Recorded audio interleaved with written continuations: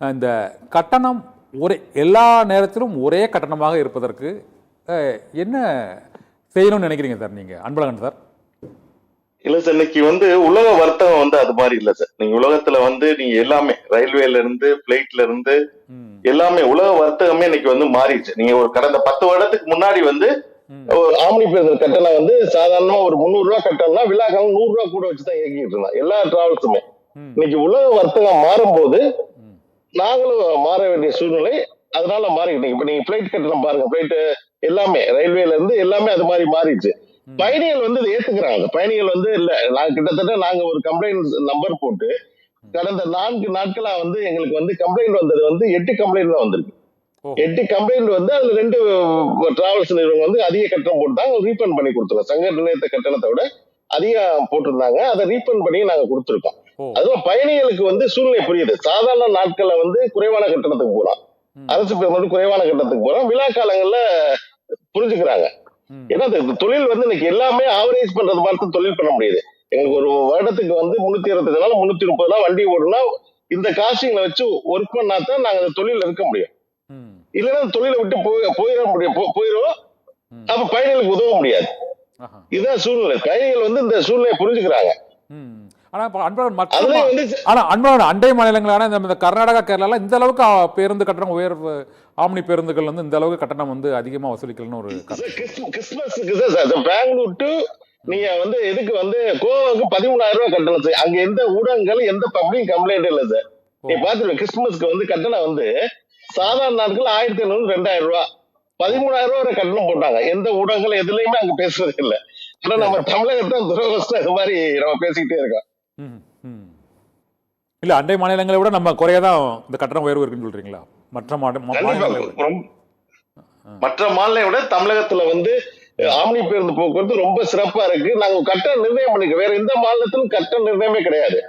அரசு 2 வருடங்களுக்கு எங்களை கூப்பிட்டு பயணிகள் பாதிக்க கூடாது, நீங்களே சங்கங்களே ஒரு கட்டணம் நிர்ணயிச்சு, நாங்க கட்டணம் நிர்ணயிச்சா அது அரசு அன்னைக்கு உள்ள போக்குவரத்து அமைச்சர் கட்டணத்தை குறைச்சு அதுல 20% குறைச்சு இந்த கட்டணத்தை நிர்ணயித்த கடந்த 2 வருடங்களா இதே கட்டணத்துலதான் நாங்க போயிட்டு இருக்கோம்.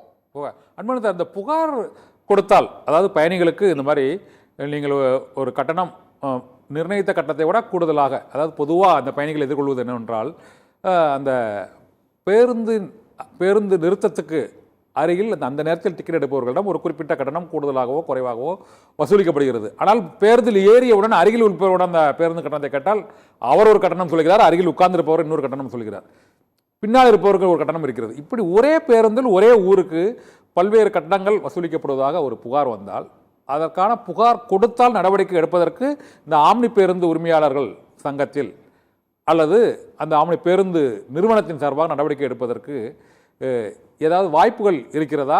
ஏதாவது வாய்ப்பு இருக்கு இல்லையா? இல்ல சார், இப்ப நீங்க இந்த டிக்கெட் புக்கிங் சிஸ்டத்தை பொறுத்தவரை நீங்க இப்ப அது அதுக்கு நாங்க சாஃப்ட்வேர்ல தான் மேனேஜ் பண்றோம். மினிமம் ரேட் பிக்ஸ் பண்ணிடலாம். ஆம்னி பேருந்து மினிமம் ரேட் 700, மேக்ஸிமம் ரேட் 2,400 ரூபாய். அது ஆட்டோமேட்டிக்கா சாஃப்ட்வேர் தான் கண்ட்ரோல் பண்ணுது. டிமாண்டுக்கு ஏத்த மாதிரி ரயில்வே அண்ட் பிளைட் அதுக்கு ஏத்த மாதிரி டிமாண்டுக்கு ஏத்த மாதிரி அதுதான் கட்டணத்தை மாத்தி மாத்தி அமைக்குது. சாஃப்ட்வேர் தான் அமைக்குது. அதனால இதை அது ஒரு காலத்துல ஒரே கட்டணம் மனுஷத்துக்கு மாத்தி மாத்தி சாப்பிட்டு டிமாண்ட் கூட இருந்துச்சுன்னா ஏத்திக்க, டிமாண்ட் குறைவா இருந்தா குறைச்சுக்கும். அது மாதிரிதான் பண்ணுது. அதனால பயணிகளுக்கு கட்டண மாறுதலுக்கான வாய்ப்புகள் உண்டு. நாமினி பேருந்து சங்கங்கள் நிர்ணயித்த கட்டணத்தை விட அதிகமா இருந்தா அந்த பயணிகளுக்கு நாங்க ரீஃபண்ட் பண்ணி கொடுக்குறது சங்கம் நாங்க பண்ணி கொடுத்துட்டு இருக்கோம், பண்ணி கொடுப்போம்.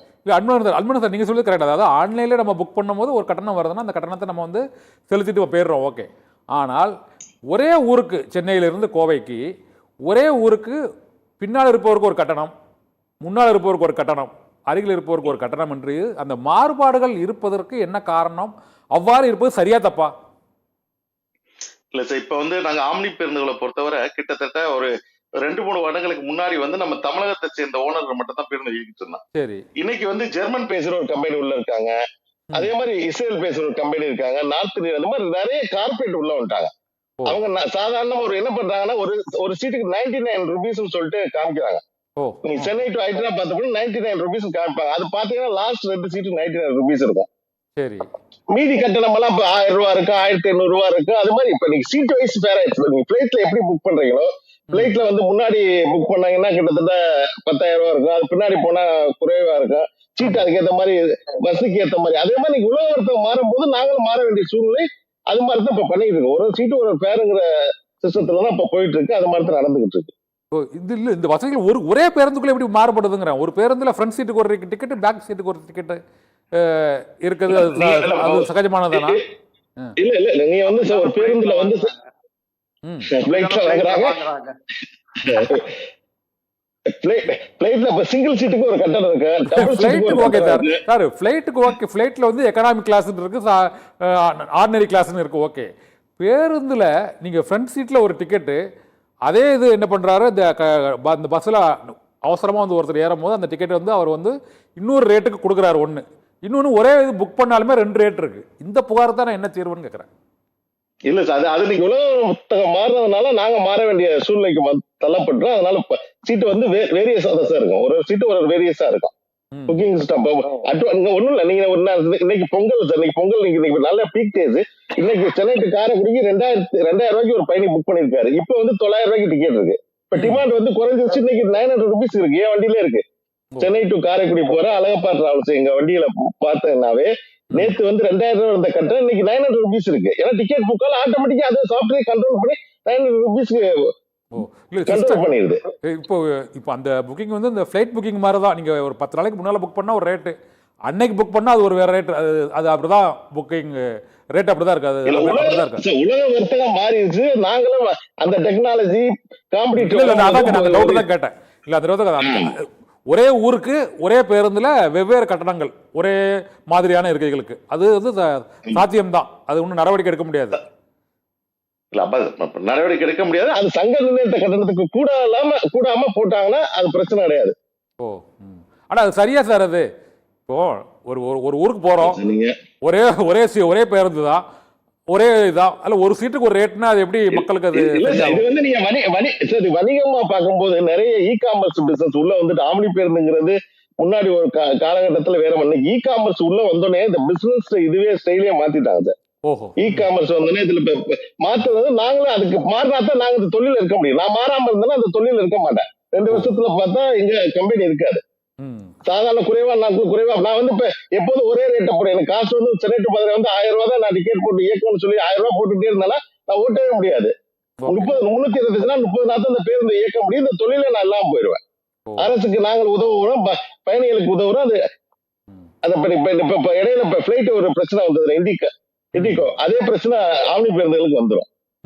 இப்போ அன்பழகன் சார், இப்போ இந்த பேருந்துகள்ல முழுவதுமே ஒரு 10 சீட்டு தான் இருக்கிற மாதிரி, முழுவதுமே இந்த படுக்கை வசதி இருக்கக்கூடியது, அது முழுவதுமே இருக்கை வசதி இருக்கக்கூடியது, ஃபுல் ஏசி, அந்த பேருந்தின் அந்த வால்வோ உள்ளிட்ட அந்த கம்பெனி பென்ஸ் உள்ளிட்ட கம்பெனிகள் அந்த அந்த அந்த பேருந்துகளுக்கு ஏற்ப ஒவ்வொரு பேருந்துகளுக்கும் அந்த டிக்கெட் வந்து மாற்றி அமைக்கப்படுவது முன்னரே அது குறிப்பிடப்படுதா சார் ஒவ்வொரு முன்பதிவிலையும்?